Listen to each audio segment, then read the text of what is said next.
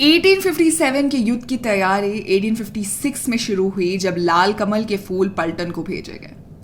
1856 के अंत में उत्तर भारत के कुछ हिस्सों में कुछ अजीबोगरीब प्रथाएं सामने आने लगी। लाल कमल के फूलों को उन चौकियों में बांटा गया था जिनमें मूल निवासी इन्फेंट्री थे। इन्फेंट्री या पैदल सेना सेना की एक सामान्य शाखा है जो पैरों पर सैन्य युद्ध में जुड़ी होती है। इस शाखा के सैनिक दुश्मन के साथ काफी करीब से लड़ते हैं और यही कारण है कि इस शाखा को काफी ज्यादा फिजिकल फिटनेस की तैयारी करनी पड़ती है। 1856 में फूल बांटने के बाद सूबेदार सैनिकों को लाइन में खड़ा कर देता था और फिर पहले सैनिक को एक फूल देता था जो उसे पकड़कर वहां की रेखा के नीचे से गुजार देता था और आखिरी वाला फूल लेकर स्टेशन से निकल जाएगा। साथ ही कहीं और एक गांव में चपाटियों का एक बंडल कमल के फूल के साथ गया और इसे अंग्रेजी शासन के तहत अगले गांव में चपाटियों को भेजने के निर्देश के साथ प्रमुख को सौंप दिया। इन कमल और चपाटी के घटनाओं के बीच सैनिकों का नारा सब कुछ लाल हो जाएगा से सब कुछ लाल हो गया में बदल जाता था। इसे ही ऑपरेशन रेड लोटस का नाम दिया गया। 1857 में हुए सैनिक विद्रोह को आजादी की पहली लड़ाई के नाम से भी जाना जाता है। इस विद्रोह ने अंग्रेजी हुकूमत को खुली चुनौती दी थी। हालांकि यह सफल ना हो सका, लेकिन भारतीयों के दिल में आजादी का दीप जला गया। इसकी शुरुआत मंगल पांडे से हुई, लेकिन धीरे धीरे करके इससे कई सेनानी जुड़ते चले गए। अंग्रेजों के खिलाफ प्रथम स्वतंत्रता संग्राम में कई सेनानियों ने अहम भूमिका निभाई।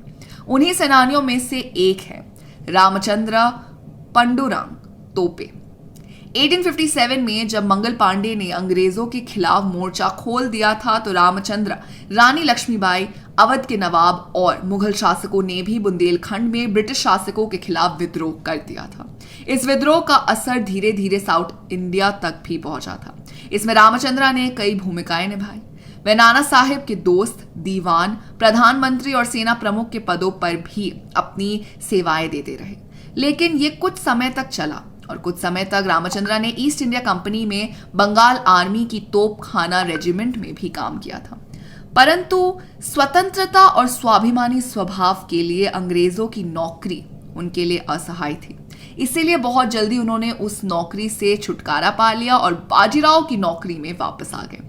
कहते हैं तोपखाने में नौकरी के कारण उनके नाम के साथ टोपे जुड़ गया था और बाजीराव ने रामचंद्र को एक बेशकीमती और नायाब टोपी दी थी।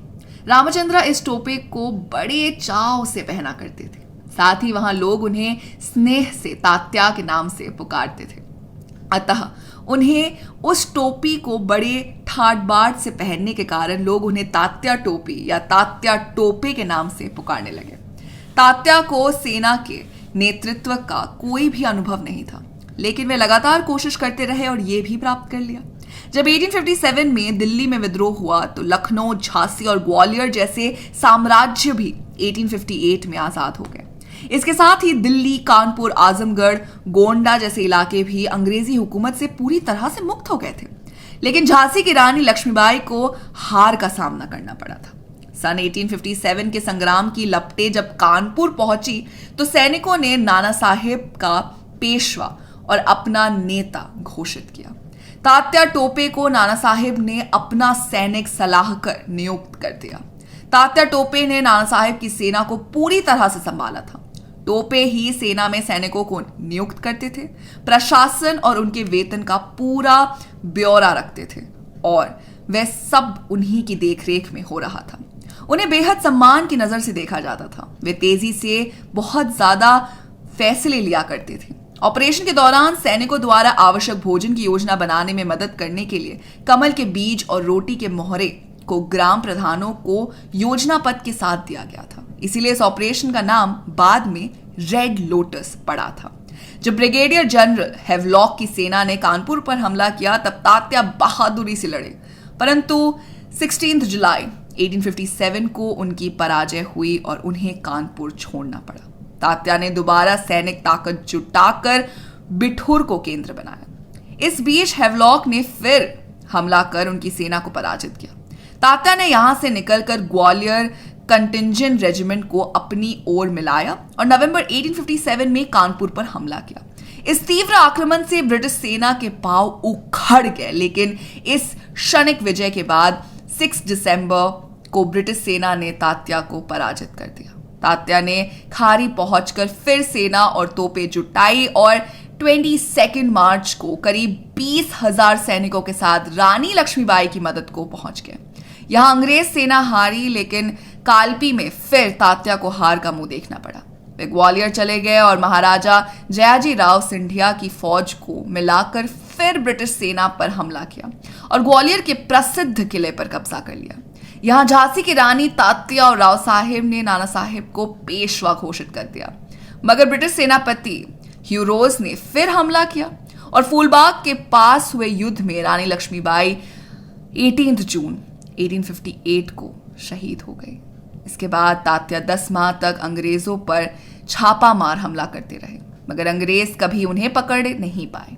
इसके बाद तात्या की लड़ाई अंग्रेजों से कंकरौली, बुआवरा, देवास और शिकार में हुई, जहां उन्हें पराजित फिर से होना पड़ा। इसके बाद उन्होंने परौन के जंगल में शरण ले ली।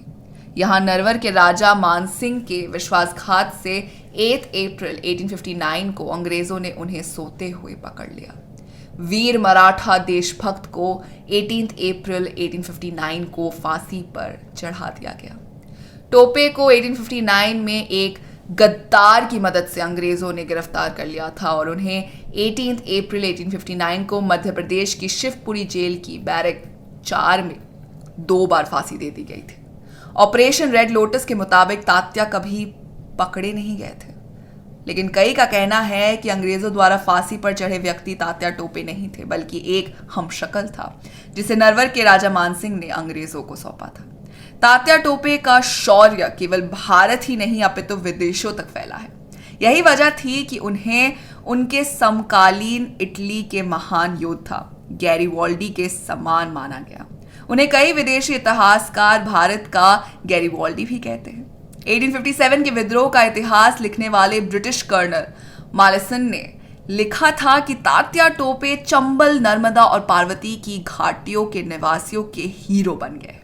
सच तो यह है कि तात्या सारे भारत के हीरो बन गए हैं। ऐसे ही दोस्तों एक हीरो की कहानी RRR 2 का हिस्सा बन सकती है। तो आप हमें बताइए कि आप RRR के पार्ट 2 के लिए कितने एक्साइटेड हैं। साथ ही अगर आपको वीडियो पसंद आई हो तो इसे लाइक कीजिए, दोस्तों के साथ शेयर कीजिए और फिल्मी दुनिया से जुड़े रहने के लिए सब्सक्राइब कीजिए हमारे चैनल बॉलीवुड स्टूडियोज को।